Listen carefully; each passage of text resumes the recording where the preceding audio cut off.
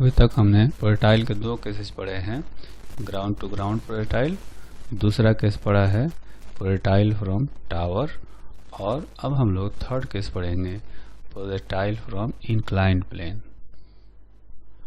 जो third case है यह है प्रोजेक्टाइल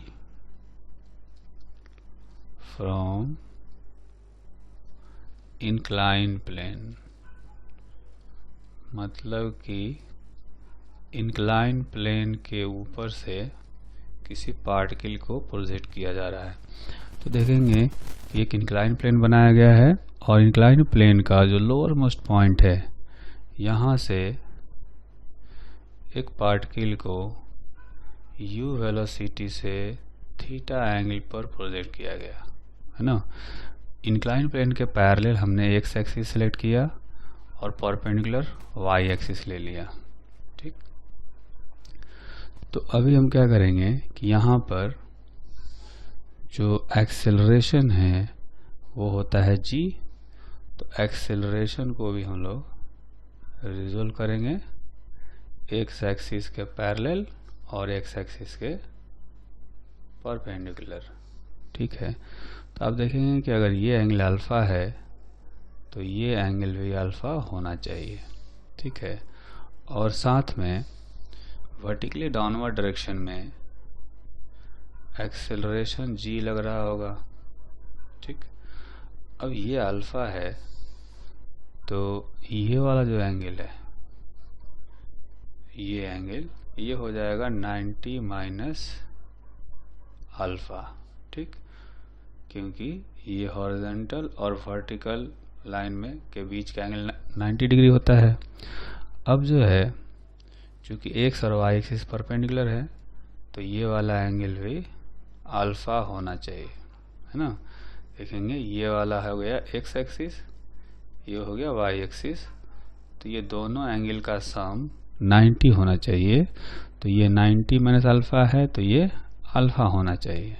ठीक है, अब हम क्या करेंगे कि जो एक्सेलरेशन ड्यू टू ग्रेविटी है g, उसको रिजोल्व करेंगे एक्सिस के पैरेलल, है ना। तो इधर इसका कंपोनेंट आएगा g cos अल्फा और x एक्सिस के पैरेलल आएगा g sin अल्फा। ठीक, और जो वेलोसिटी है इनिशियल वेलोसिटी, अगर इसको रिजोल्व करें x एक्सिस के पैरेलल आएगा u cos थीटा और y एक्सिस के पैरेलल इसका जो कंपोनेंट आएगा वो आएगा u sin थीटा। ठीक है, तो अब इस तरह से हम लोग x और y डायरेक्शन में मोशन को अलग अलग स्टडी करेंगे।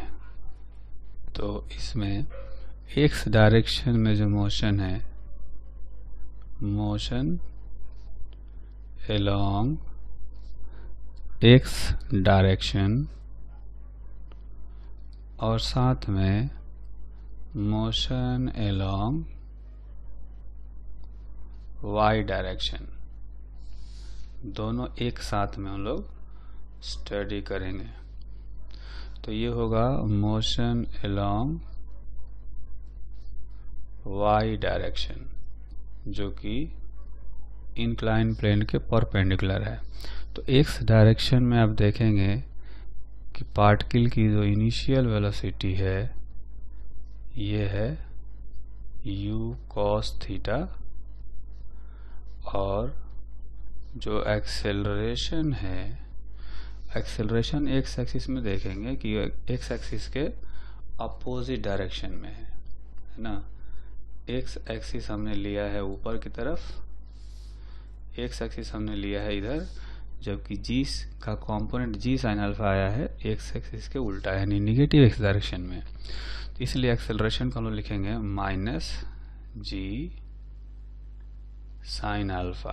ठीक है, उसी तरह से y डायरेक्शन में देखें तो y डायरेक्शन में इनिशियल वेलोसिटी है, इनिशियल वेलोसिटी कंपोनेंट है u sin थीटा, है ना, जबकि x डायरेक्शन में था u cos थीटा। और y डायरेक्शन में जो एक्सेलरेशन फाइंड करेंगे वो आएगा माइनस g कॉस अल्फ़ा, है ना। अब देखेंगे कि वाई डायरेक्शन हमने चुना है इधर, और जी का component G cos alpha negative Y direction में आया है, इसलिए एक्सेलरेशन को माइनस जी कॉस अल्फ़ा लिख सकते हैं। ठीक है, अब जैसा कि बाकी पहले वाले केसेस में करते आए हैं, फिर से करेंगे हम लोग। वेलोसिटी और पोजीशन किसी टाइम टी पर कैलकुलेट करेंगे, है ना। तो यहाँ पर निकालेंगे वेलोसिटी एट टाइम टी। तो एक्स डायरेक्शन की हम लोग बात कर रहे हैं, तो लिखेंगे v x is equal to u x plus a x into t. इसमें से यू एक्स का वैल्यू है यू कॉस थीटा और ए एक्स का वैल्यू है माइनस जी साइन अल्फ़ा। तो ये वैल्यू रखेंगे तो आएगा minus g t sine alpha, है ना। ये एक्स डायरेक्शन में वेलोसिटी हो गया। उसी तरह से वाई डायरेक्शन में देखेंगे वेलोसिटी एट टाइम टी, तो v y is equal to u y plus a y into T.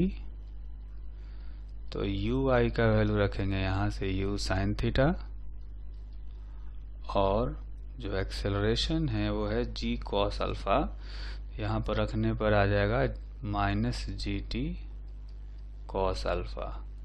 ठीक है, तो किसी टाइम टी पर पार्टिकल की वेलोसिटी वाई डायरेक्शन में इतनी हो गई। इसके बाद हम लोग कैलकुलेट करेंगे पोजीशन ऑफ पार्टिकल और डिस्प्लेसमेंट ऑफ पार्टिकल, है ना। डिस्प्लेसमेंट ऑफ पार्टिकल यानी कि x इज इक्वल टू होता है you t plus half a t square. तो x का जो वैल्यू है वो हम लोग इस तरह से लिख सकते हैं, यू एक्स का वैल्यू रखेंगे यू कॉस थीटा, तो ये होगा U T cos theta minus half g t square sine alpha, है ना। यहाँ पर ए एक्स का जो वैल्यू है वो है माइनस जी साइन अल्फ़ा, तो ए का वैल्यू रखेंगे तो आएगा minus half g t square sine alpha. तो एक्स डायरेक्शन में डिस्प्लेसमेंट इतना हो गया। उसी तरह से वाई डायरेक्शन में डिस्प्लेसमेंट निकालेंगे, displacement of particle at time T, है ना। ये भी हमने टाइम टी पर ही निकाला है, तो ये भी टाइम टी पर निकालेंगे। तो वाई डायरेक्शन में जो डिस्प्लेसमेंट है उसको लिखते हैं u t plus half a t square. तो यू वाई का वैल्यू है यू साइन थीटा, तो ये हो जाएगा u t sine theta minus a y का वैल्यू है माइनस जी कॉस अल्फ़ा, तो ये आएगा minus half g t square cos alpha, है ना। तो ये हो गया वाई डायरेक्शन में डिस्प्लेसमेंट। ठीक, अब हमने एक्स और वाई दोनों डायरेक्शन में वेलोसिटी और पोजीशन फाइंड कर लिया। ठीक है, तो वैसे देखा जाए तो इस प्रोजेक्टाइल का जो पाथ है वो होगा पैराबोला। सिर्फ एक ही केस में स्ट्रेट लाइन हो सकता है, जब अल्फ़ा प्लस थीटा मिलकर के 90 डिग्री हो जाए तो सिर्फ ये वर्टिकल डायरेक्शन में जाएगा सीधा, और ऊपर से सीधा वापस नीचे आएगा, है ना। उसके अलावा हर केस में ये पैराबोलिक पाथ को फॉलो करेगा। तो इसकी ट्रेजेक्टरी कुछ ऐसी होगी, लेकिन इस केस में हम लोग ट्रेजेक्टरी इक्वेशन नहीं निकालते हैं, क्योंकि ट्रेजेक्टरी इक्वेशन निकालना बहुत ही कॉम्प्लिकेटेड होगा। यहाँ पर एक्स और वाई में रिलेशन निकालना काफ़ी कॉम्प्लिकेटेड होगा, है ना। इसलिए ट्रेजेक्टरी इक्वेशन इस केस में हम लोग नहीं फाइंड करते हैं, है ना। लेकिन हम लोग फाइंड करेंगे टाइम ऑफ फ्लाइट या नेट वेलोसिटी। तो पहले हम लोग क्या करते हैं कि नेट वेलोसिटी और पोजीशन जो है वो फाइंड करने की कोशिश करते हैं। तो इसके लिए एक फिगर ड्रॉ करेंगे। सपोज ये इंक्लाइन प्लेन हो गया है ना। इसमें अल्फा एंगल पर जो है ये इंक्लाइन हो रखा है और यहाँ से इसको हमने प्रोजेक्ट किया है थीटा एंगल पर। तो ये कुछ इस तरह से ऐसे जा रहा है, जिसमें से एक्स डायरेक्शन हमने लिया था इंक्लाइन प्लेन के पैरेलल और जो वाई डायरेक्शन है वो लिया था हमने इंक्लाइन प्लेन के परपेंडिकुलर। ये है वाई एक्सिस। तो किसी इंस्टेंट पर ये जो पार्टिकल होगा मान लेते हैं कि यहाँ पर है ना।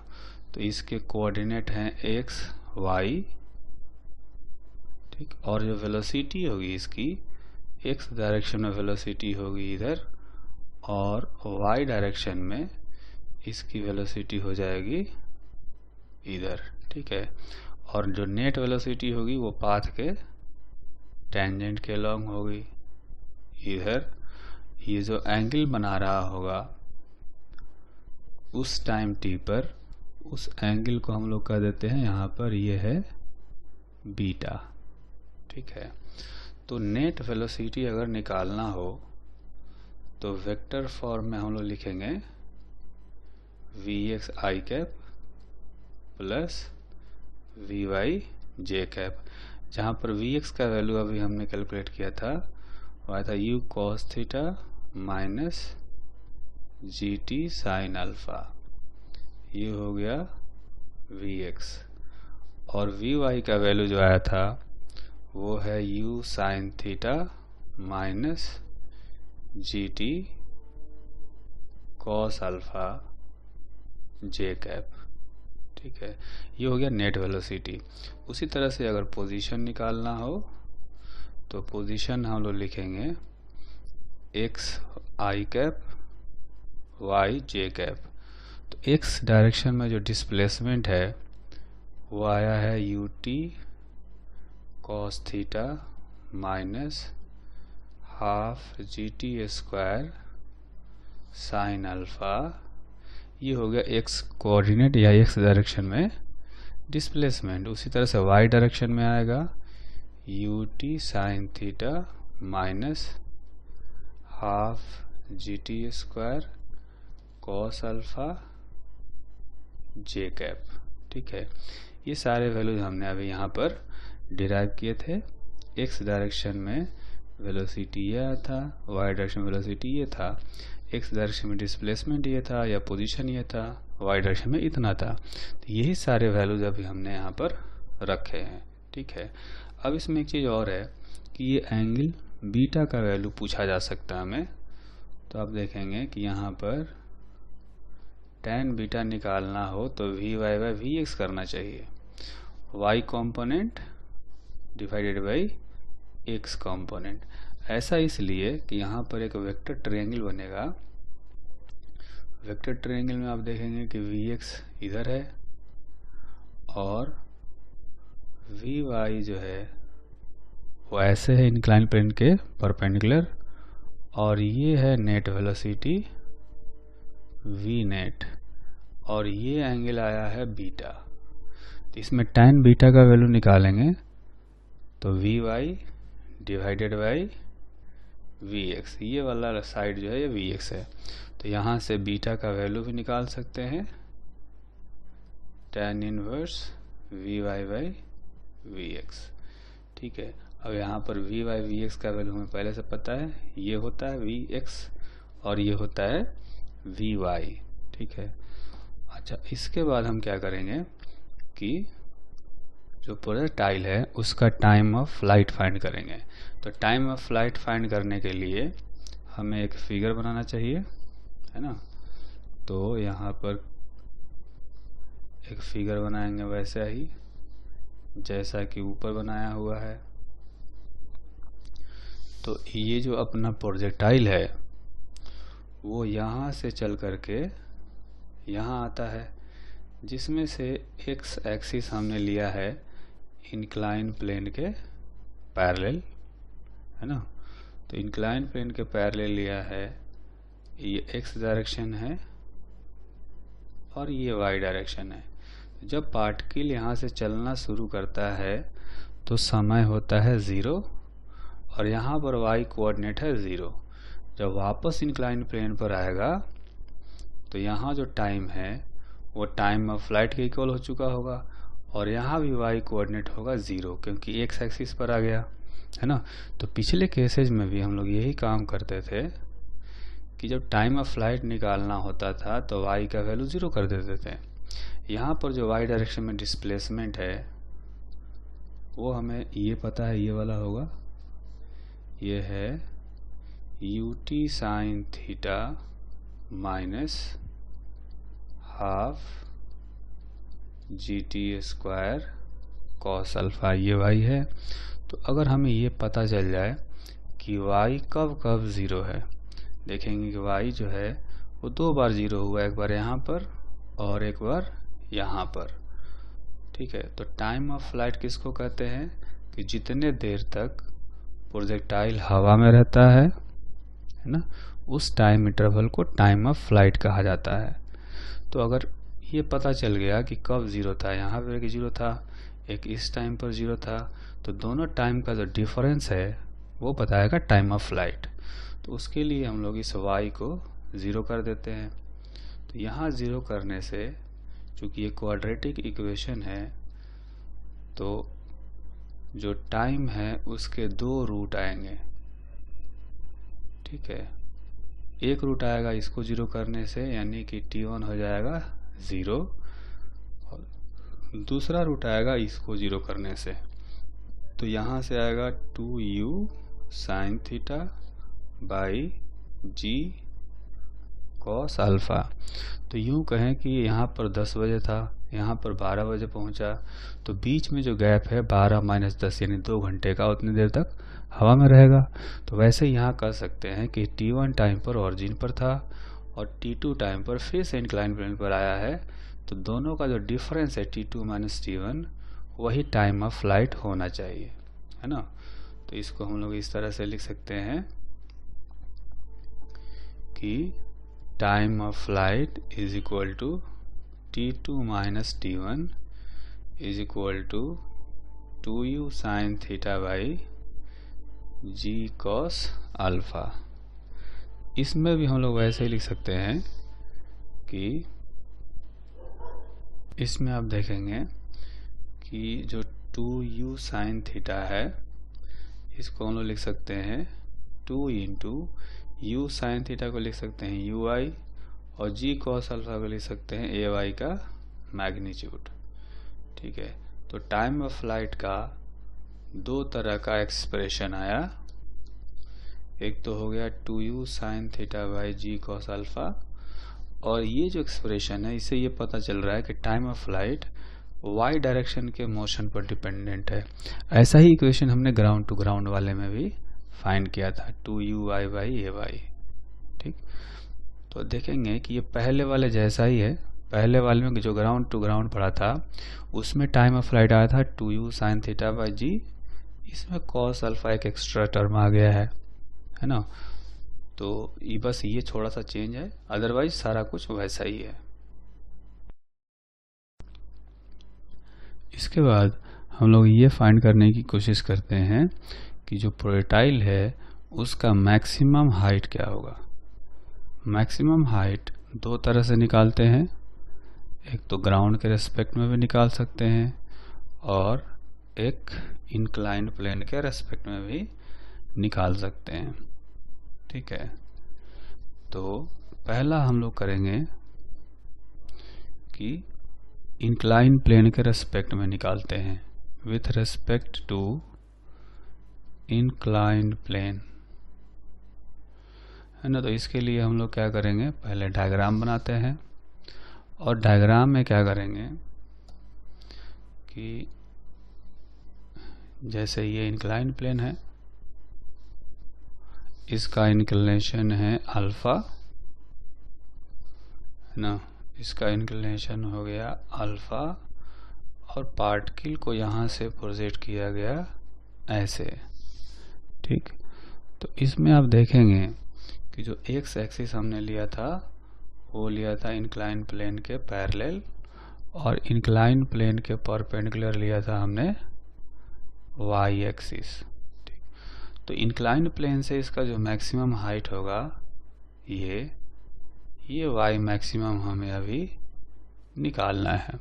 इसी को कह सकते हैं कि maximum height with respect to incline plane. तो उसके लिए हमें y का इक्वेशन पता होना चाहिए। तो y का इक्वेशन हमने जो डिराइव किया था वो आया था ut sign theta minus half gt square cos alpha, ठीक है। तो अगर इसको मैक्सिमम करना है तो पहले हम लोग क्या करेंगे, dy/dt निकालेंगे और इसको 0 करेंगे फॉर मैक्सिमम y, है ना। तो इसको डिफरेंशिएट करने से क्या आएगा कि u t का वैल्यू हो जाएगा 1 into sine theta minus half g 2t cos alpha is equal to 0, ठीक है। तो यहाँ से जो है ये 2 और ये 2 कैंसिल हो जाएगा, तो इस t का जो वैल्यू आएगा वो आएगा u sine theta divided by g cos alpha. तो ये देखेंगे कि टाइम ऑफ फ्लाइट का आधा आ गया, है ना। यहाँ जो टाइम ऑफ फ्लाइट अपना आया था ये था 2u sine theta by g cos alpha, इसका जस्ट आधा यहाँ पर आया है।